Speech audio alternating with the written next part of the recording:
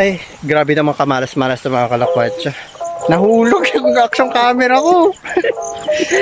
Kita ba dyan yung daan kanina? Dito? Hindi eh. Hindi ka nag-vlog. Mag-isipan ka pa bang mag-vlog? Mag-isipan ka. Dito nag-set ng camp. Sila Sir Gino. Ayan. But actually talagang kami lang talagang tao dito.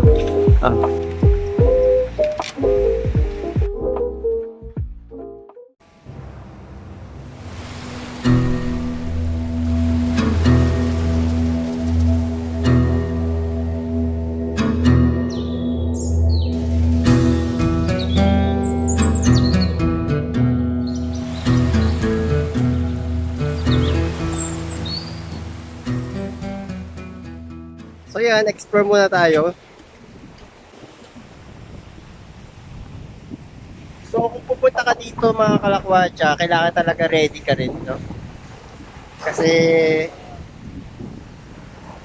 kung wala kang dadatnan dito ng mga residente and at the same time, malayo sa kabahayan, then pag pupunta ka dito, I suggest na pumunta ka ng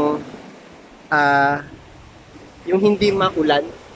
Kasi pag maulan, mahirap yung daanan eh, 'di ba? Nakita niyo naman yung experience ko kagabi, grabe talaga, struggle, stress. Doon talaga na-test yung aking pagiging lakwatsero and pagiging risk taker kagabi talaga. Solid talaga yung experience ko na yon. Ang hirap, no? So, ayan, pupunta tayo dyan, mga kalakwatsa. Ang ganda dyan. Invite ko lang kayo na kung di ka pa nakapag-subscribe at kung napadalaw ka dito, napadaan ka sa ating YouTube channel, please consider to subscribe and also pakihit na rin ang notification bell para updated ka sa mga future videos natin na i-upload natin ay na mga ganito, no? Mga adventure and lakwatsahan, no? So literal talaga mga kalakwatsa na we lost in paradise. Woo! Solid mga kalakwatsa. So yung mga kalakwatsa, no, may mga natatnan tayong mga karat-karat na ganyan, no? So sana pag pupunta tayo sa mga ganito, virgin na virgin yung lugar, pero ay di na siya masabing virgin kasi ang grabing daming karat mga kalakwatsa, no? So calling the attention of locals din, no? NLG ng Burgos, no? So sana maiwasan yung mga ganito na nag-iiwan sila. Mga plastic pa to mga kalakwatso. Ang ganda-ganda ng lugar, no? Ang ganda ng lugar. Overwhelming yung view, pero ang daming kalat mga kalakwatsa dito sa part na to, kita nyo, sandamakmak na mga na mga bote. Ayan. So hindi ko alam kung saan galing ba to or inaanod lang mga kalakwatsa, pero ang dami nila, oh. Grabe. Merong kuweba mga kalakwatsa. Ayan. Ayan. Explore natin yung ganda mga kalakwatsa.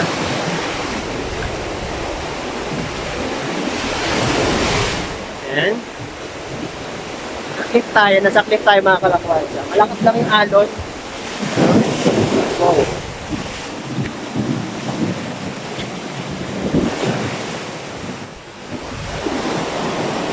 Ang ganda dito mga kalakwatsa kasi hindi siya puntahan, no? Hindi siya puntahan, tsaka talagang kayo lang talaga. Meron dito parang kuweba. Ayan, no? Kita nyo mga kalakwatsa. Dami pa din kalat, no? Doon ka magtataka eh. Doon ka magtataka. Hindi naman siya puntahan ng mga tao, pero ang daming kalat. Pero feeling ko yung mga kalat dito, hindi siya kalat ng mga residente o ng mga lise. Parang naanod, no? Parang siyang naanod mga kalakwatsa. Pero, sabi ko nga, hindi tayo pupunta dito, Chong? Check natin dito. Ayan. Ganda. Sana mga ganitong mga lugar mga kalakwatsa ay naalagaan, no? Kasi literal talaga maganda yung place, no? Maganda yung place. Ang problema kasi yung nasa disiplina ng mga tao.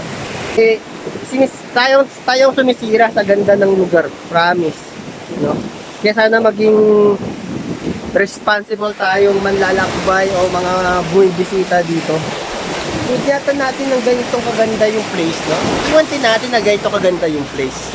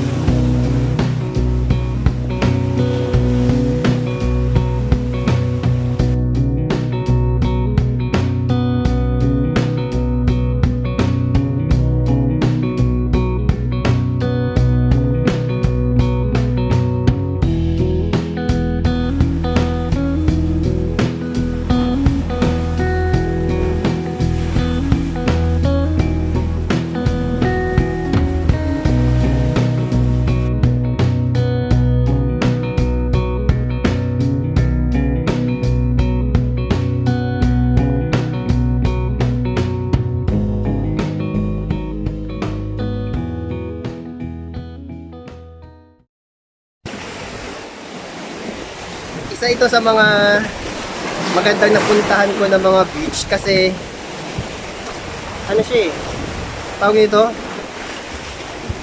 hindi madaming tao. Yun nyo, hanggang dito may kalat pa rin. Sayang yung ganda ng lugar mga kalakwatsa. Masaya ako sa lugar, pero hindi ako masaya sa mga kalat na nadatnan natin dito. Kasi para silang eyesore, no? Para silang eyesore.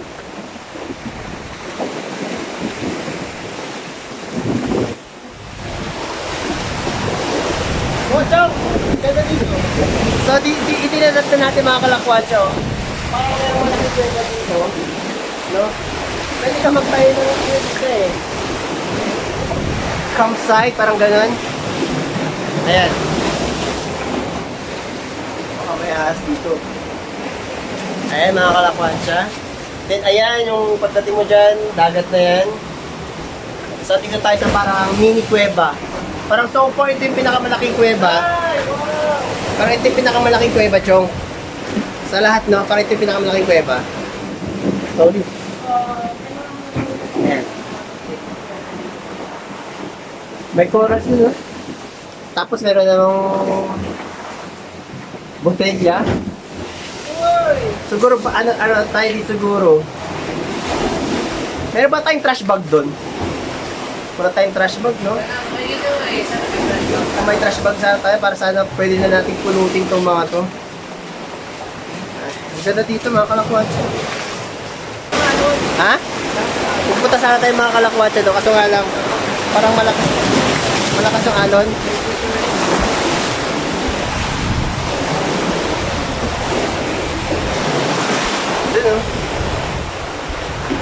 Smart na yan. Nakaka-curious ano ba yung nasa likuran nito. Kasi minsan lang tayo makapunta dito eh.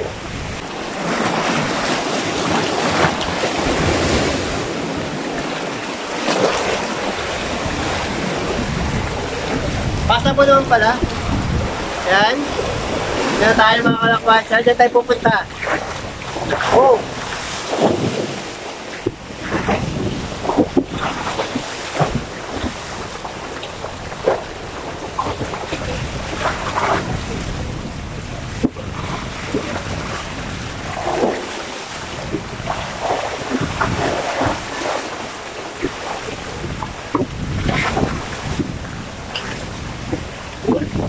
Mapapansin nyo mga kalakwatsa, parang yeah, parang merong malaking table dito. Ayan. Ayan o. Parang merong malaking bloke dito ng ano tawag dito, ano tawag natin, rock formation, no? Parang merong rock formation dito na parang konting na mesa kasi parang na-flatten siya.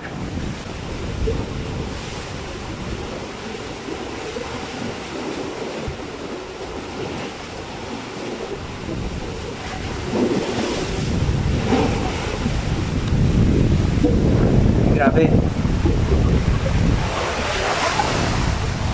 Sira na yung chinilas natin mga kalakwacha.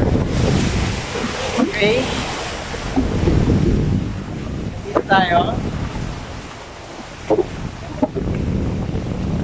Yan yung pupunta natin. Punta yung rock formation dito na makikita mga kalakwacha.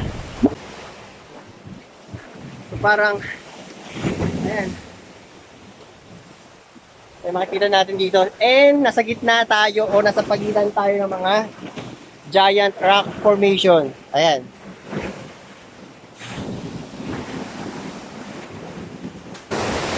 Woo!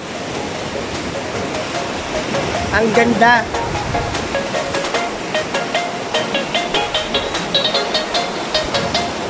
Ayan mga kalakwacha. Welcome to Bato Beach, Burgos. Woo! Ang ganda mga kalakwacha. Promise. Panalo-panalo tong lugar na to mga kalakwacha, no? Sulit yung pagod and hirap tsaka aperyana na experience natin kagabi. Kung ganito yung makikita natin mga kalakwacha, ang ganda. Solid. Ulitin ko, nandito tayo sa Batog Beach, Burgos, no? Meron doon sa part na yon, para siyang cliff mga kalakwacha, no? Definitely magandang view doon once na nakakit natin yun, no? So hindi ko alam kung saan naabutin itong pag-explore natin. Ito talaga yung literal na explore na matatawag ko mga kalakwacha. So yung mga kalakwacha, inform ko lang kayo dito sa lugar na pinuntahan natin, mahirap ang signal. Kaya huwag kang masyadong mag-expect na makakapag-post agad ikaw. Kasi wala masyadong signal. Kung may signal man, madalang sa madalang, mahirap pahirapan. Ayan.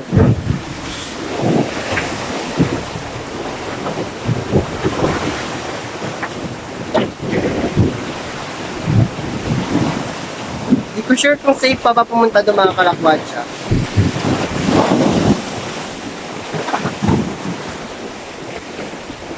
Doon. Part na yon. Pero okay na ako sa nakita natin, sa explore natin mga kalakwacha. So, si Marlak Moto ay kinuha niya yung kanyang drone, no? Magpapalipad ata siya. Kaya tayo, babalikan rin muna tayo doon. Sasalubungin natin si Marlak Moto. So, tara. Thank you. Alagaan natin yung mga ganito mga kalakwacha. And let's support local tourism. No?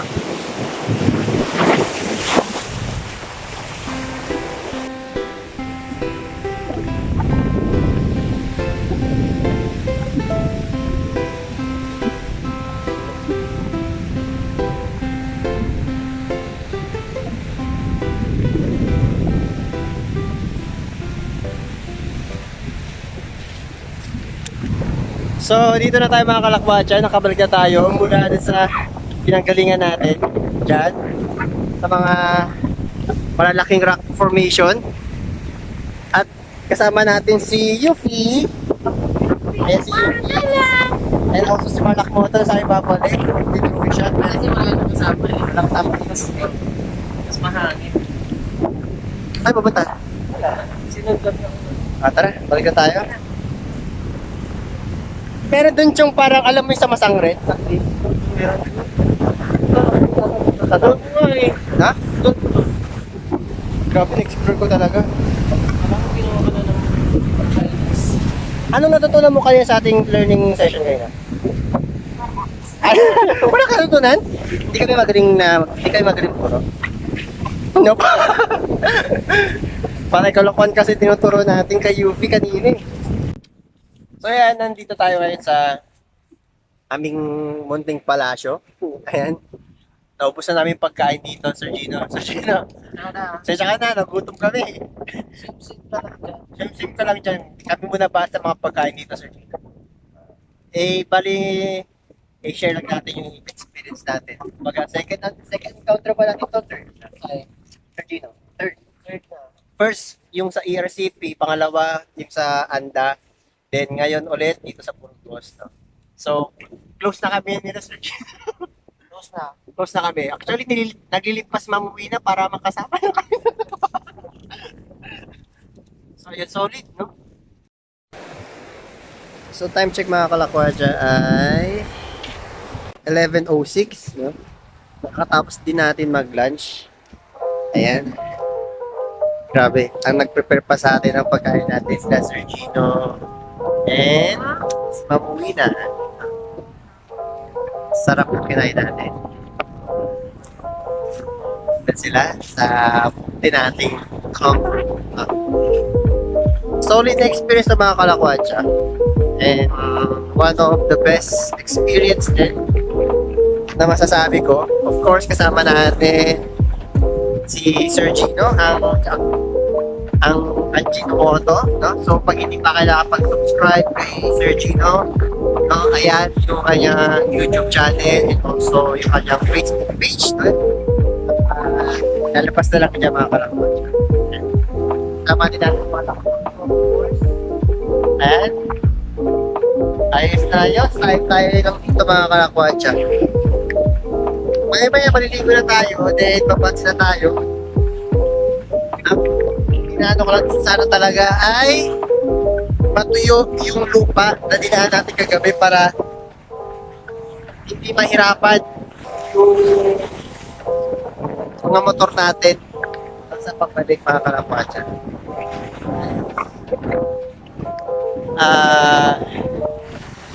First time ko nakapag-camp sa ng ganito.